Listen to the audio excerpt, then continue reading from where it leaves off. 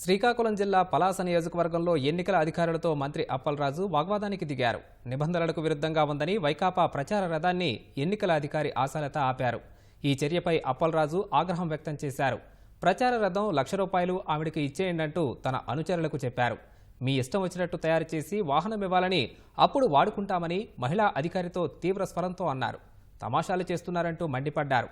నిబంధనలు చెబుతుంటే గొడవకు దిగుతారేంటి అంటూ అధికారిని ఆశాలత ప్రశ్నించారు. ఏ నియోజకవర్గంలో లేని నిబంధనలు పలాసలోనే ఎందుకని మంత్రి ఆవేశంతో ఊగిపోయారు. ఇంకోసారి ప్రచార రథం ఆగితే బాగోదని, ఎవరికి ఫిర్యాదు చేసుకుంటారో చేసుకోండని మంత్రి అప్పలరాజు అధికారిని హెచ్చరించారు.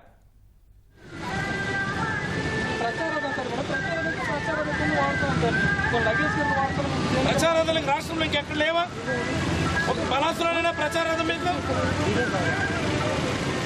తమాషా ఇది.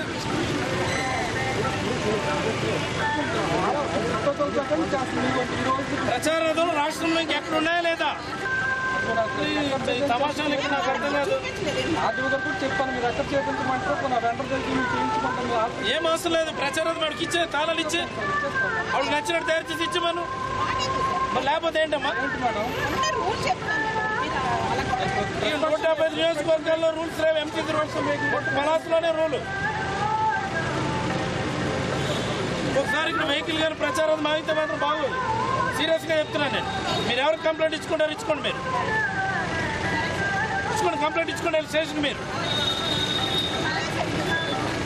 Don't be too smart. Don't be too smart. మీరు ఒక్కరే డ్యూటీ చేస్తున్నారు ఇక్కడ. ఇవ్వండి, మా పర్మిషన్ బుక్ చూపించండి మాకు. మీరు ఇచ్చిన పర్మిషన్లో మీరు చూపించండి మాకు ఇంత ఫ్లాగ్ ఉండాలని.